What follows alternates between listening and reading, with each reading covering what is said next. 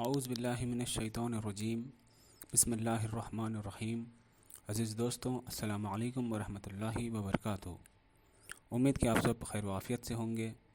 15 روزہ on line سیرت رسول صلی اللہ علیہ وسلم کوئز پروگرام کے 11ویں سیشن میں آپ تمام کا استقبال ہے۔ انشاءاللہ آج کے سیشن میں ہم نبوت کے بعد کے حالات جانیں گے۔ پہلی وحی نازل ہونے کے بعد کچھ عرصے تک وحی کا سلسلہ منقطع رہا۔ وحی کی بندش کے عرصے میں رسول اللہ صلی اللہ علیہ وسلم غمگین رہنے لگے۔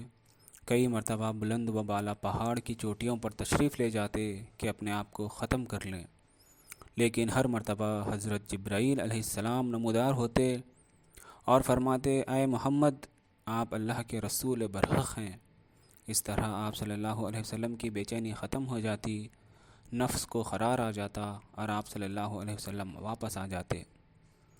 یہ وحی کی بندش اللہ تعالیٰ نے اس لیے رکھی تھی کہ پہلی وحی کے بعد جو خوف آپ صلی اللہ علیہ وسلم پر طاری ہو گیا تھا وہ دور ہو جائے اور دوبارہ وحی کی آمد کا شوق اور انتظار پیدا ہو۔ دوسری وحی کے نزول کا واقعہ رسول اللہ صلی اللہ علیہ وسلم پیش کرتے ہوئے فرماتے ہیں، میں چلا جا رہا تھا کہ اچانک آسمان سے مجھے ایک آواز سنائی دی۔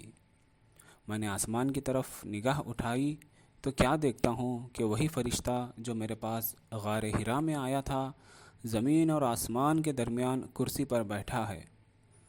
میں اس سے خوف زدہ ہو کر زمین کی طرف جھک گیا۔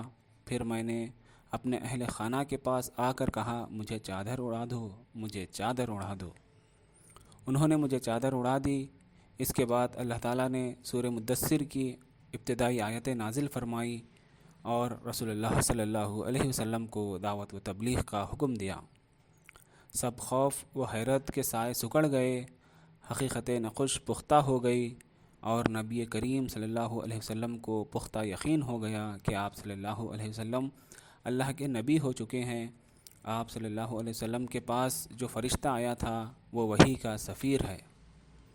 اس طرح اللہ تعالیٰ نے آپ صلی اللہ علیہ وسلم کو نبوت کے منصب پر فائز کیا اور جہالت میں ڈوبی دنیا کو اسلام کی طرف بلانے کا فریضہ سونپا۔ نبوت کے بعد جب رسول اللہ صلی اللہ علیہ وسلم نے دعوت و تبلیغ کا کام کا آغاز کیا تو آپ صلی اللہ علیہ وسلم کے سامنے کئی مشکلات کھڑی ہو گئی۔ جو مکہ والے آپ صلی اللہ علیہ وسلم کو امین و صادق کہتے تھے اور آپ کی امانت داری کی قسمیں کھایا کرتے تھے، سب آپ کے خلاف ہو گئے۔ اس مشکل وقت میں حضرت خدیجہ رضی اللہ عنہا آپ صلی اللہ علیہ وسلم کے ساتھ کھڑی رہی، ہر محاذ پر آپ صلی اللہ علیہ وسلم کا ساتھ دیا، اپنا مال آپ صلی اللہ علیہ وسلم کی دعوت و تبلیغ کے لیے خرچ کیا۔ سیرت رسول کوئز پروگرام کے اس ایپیسوڈ میں ہم نے رسول اللہ صلی اللہ علیہ وسلم کی ولادت سے نبوت تک کے حالات جانے ہیں۔